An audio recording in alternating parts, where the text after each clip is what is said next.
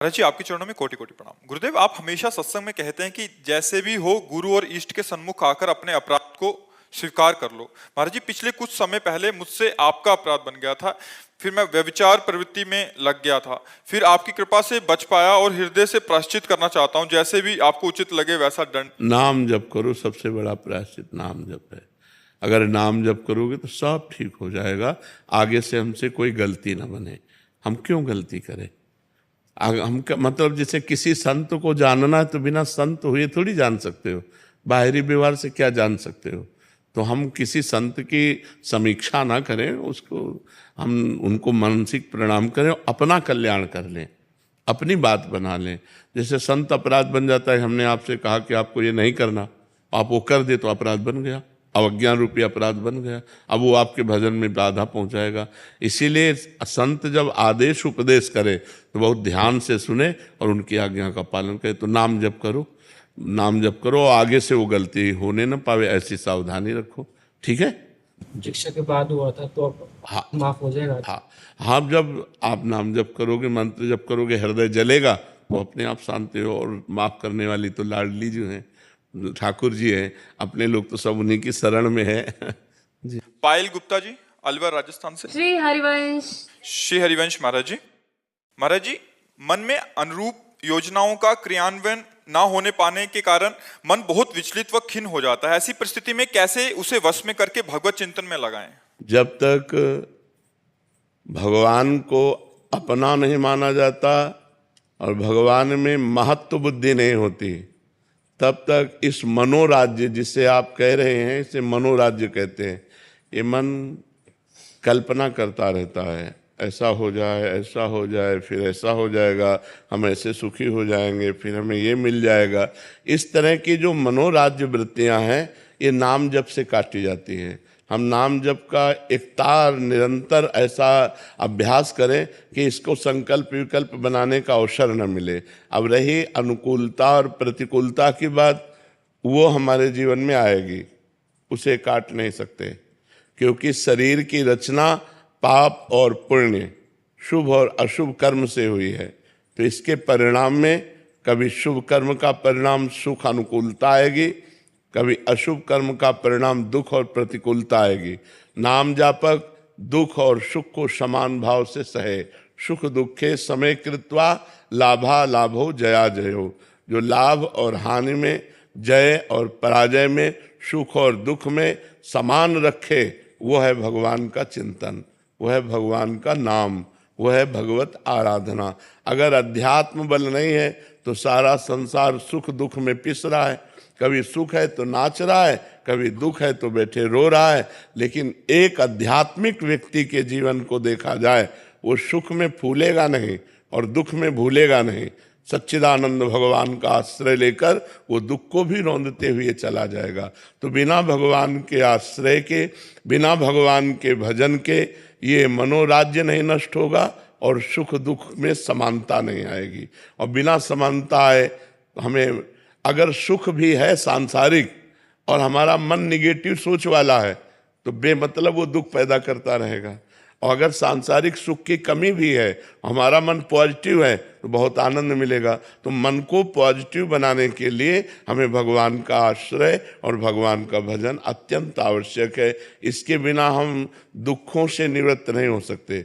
सुखों की समस्या का तो हल है कि सुख आया तो थोड़ा सा प्रसन्न हो गए, हर्षित हो गए, लेकिन दुख की समस्या का निदान नहीं होगा। भजन दुख को मिटाएगा, भजन दुख सहने की सामर्थ्य प्रदान करेगा और सदा सदा के लिए दुख को अंत कर देगा। आत्यंतिक सुख की प्राप्ति हो जाएगी। भगवान का नाम मंगल भवन है, दसों दिशाओं में आनंद प्रदान करने वाला है। नाम जपत मंगल दिश दशहु, दसों दिशाओं में मंगल होगा यदि भगवान का नाम निरंतर जपा जाए और भगवान का आश्रय लिया जाए। दूसरा कोई उपाय नहीं है, क्योंकि इस संसार को दुखालयम कहा गया है और हमारे शरीर की रचना पाप और पुण्य कर्म से हुई है। केवल पुण्यमय शरीर देवलोक, केवल पापमय शरीर नरक, और पाप और पुण्य दोनों मिश्रित मृत्यु लोक। तो पाप का फल दुख और पुण्य का फल सुख। अवश्यमेव भोक्तव्यम कृतम कर्म शुभाशुभम। इसलिए नाम जप करो, राधा राधा राधा। अनुकूलताएं कुछ भी ना मिले, सिर्फ प्रतिकूलता ही प्रतिकूलता मिले। ऐसा हो ही नहीं सकता, ऐसा हो ही नहीं सकता है। तुम्हारी कल्पना है केवल दिन ही दिन रहे या केवल रात ही रात रहे, ऐसा हो ही नहीं सकता।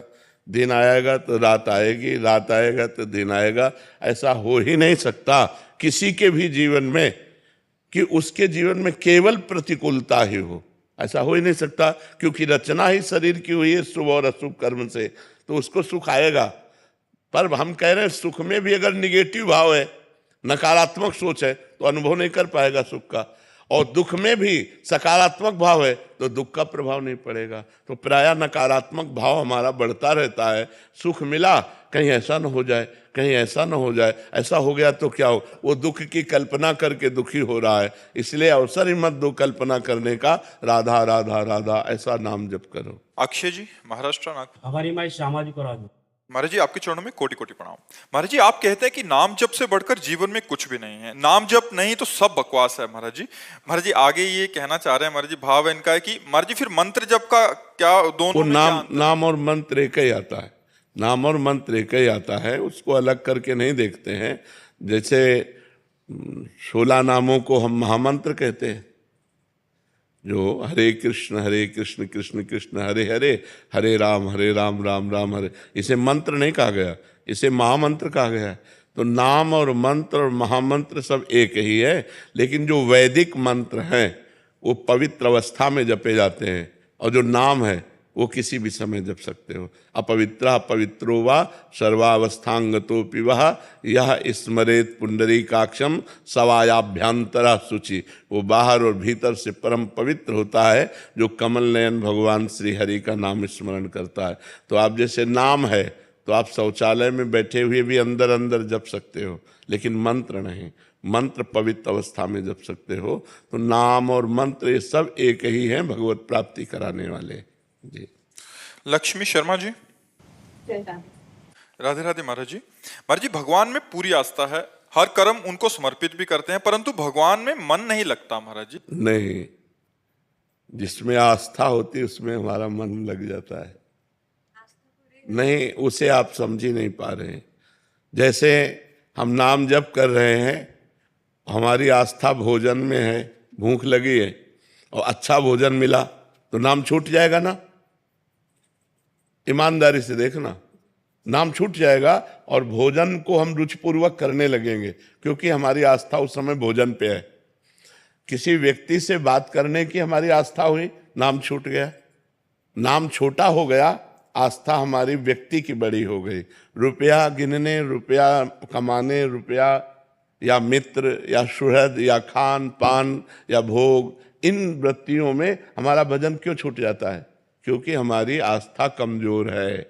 हम भगवान को महत्व उतना नहीं देते जितना भोजन को महत्व दे देते हैं, जितना रुपये को महत्व दे देते हैं। नहीं, भागवत में लिखा है कि वो महान भागवत है जो त्रिभुवन की राजलक्ष्मी देने पर आधे पल के लिए भी प्रभु का विस्मरण न करे। यहाँ तो 10-5 हजार रुपये में भगवान को भूल जाएंगे, अच्छे भोजन में भगवान को भूल जाएंगे, अपने रिश्ते नातेदार के मिलने पर भगवान को भूल जाएंगे। तो हमारी आस्था भगवान, हम जबान से कहते हैं कि हमारी पूर्ण आस्था है, लेकिन पूर्ण आस्था जिस दिन हो जाएगी उस दिन आपका चिंतन पूर्ण हो जाएगा, आपका चिंतन निरंतर भजन भगवान में होगा।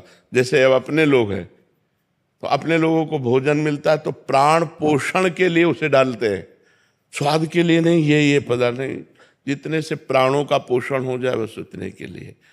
महत्व जब भगवान का होगा तो न रुपए का महत्व होगा, न भोजन का महत्व होगा, न मान प्रतिष्ठा का महत्व होगा। तो जब आस्था होती है भगवान में तो केवल भगवत भाव रहता है, ये पहली पहचान है। हाँ, भजन में जो तन्मयता है वो हम अधिक से अधिक बढ़ाने की कोशिश करते हैं, हमसे त्रुटि हो जाती है, पर भजन छूटने की हमारे अंदर व्याकुलता हो जाएगी। तद स्मरणेन परम व्याकुल। आस्था ही तो सारी चीज है। हमारा दृढ़ विश्वास, दृढ़ आस्था परमात्मा में हो तो हर समय हम प्रसन्न रहेंगे, हर परिस्थिति में हम प्रसन्न रहेंगे, हर समय हमारे अंदर नाम चलेगा। तो अभी आस्था और बढ़ाओ।